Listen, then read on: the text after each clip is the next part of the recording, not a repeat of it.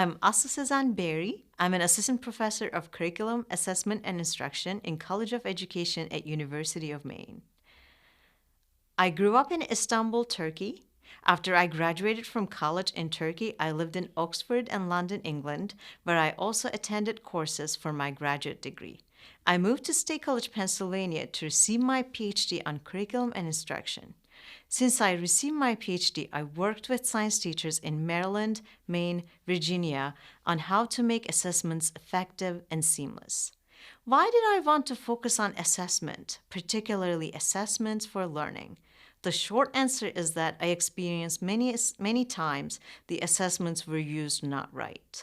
The long answer is the collection of many assessment stories that made my identity as a learner, as a teacher, and as a researcher. So the first assessment story, I was in physical education class. A new teacher came and told us that we will be scored if we can throw the basketball through the loop. By the way, we've never practiced basketballs in school before. I was nervous, worried. All the time I was waiting for my turn, I kept thinking I would fail and this was unfair. Luckily, my throw made it to the loop. I passed, but I had no respect for the class. All we did in that class before was crunches and push-ups, and we were assessed for basketball. The assessment was irrelevant to the topic that was covered. The second assessment story was about my college entrance exam. I took my college entrance exam in Turkey. The 3 hours long multiple choice exam was the only test that determines if you can enter college and which college you can enter. The exam is only once a year, and you can only take the exam when you're graduating from high school. I remember hours and hours of preparing for the test, learning how to beat time, memorizing previously asked questions. I will never forget the day I took that exam. I was shaking the last half an hour. When I got out, my face was almost purple. Single type exam cannot be representative of your academic performance. Yet another assessment story, and this one is about my work with teachers.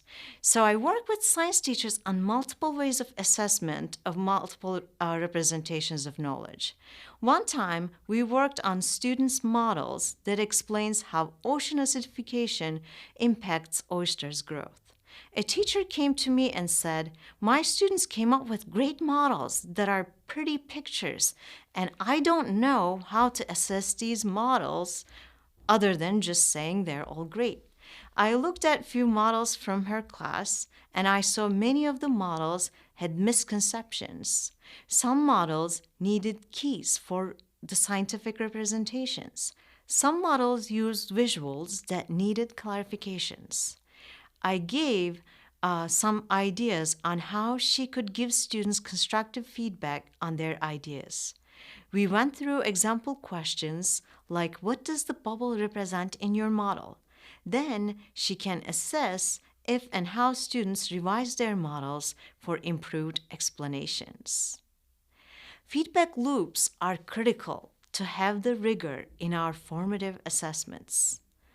There are many of these stories that shows how we can misuse assessments and cause emotions such as worry and anxiety.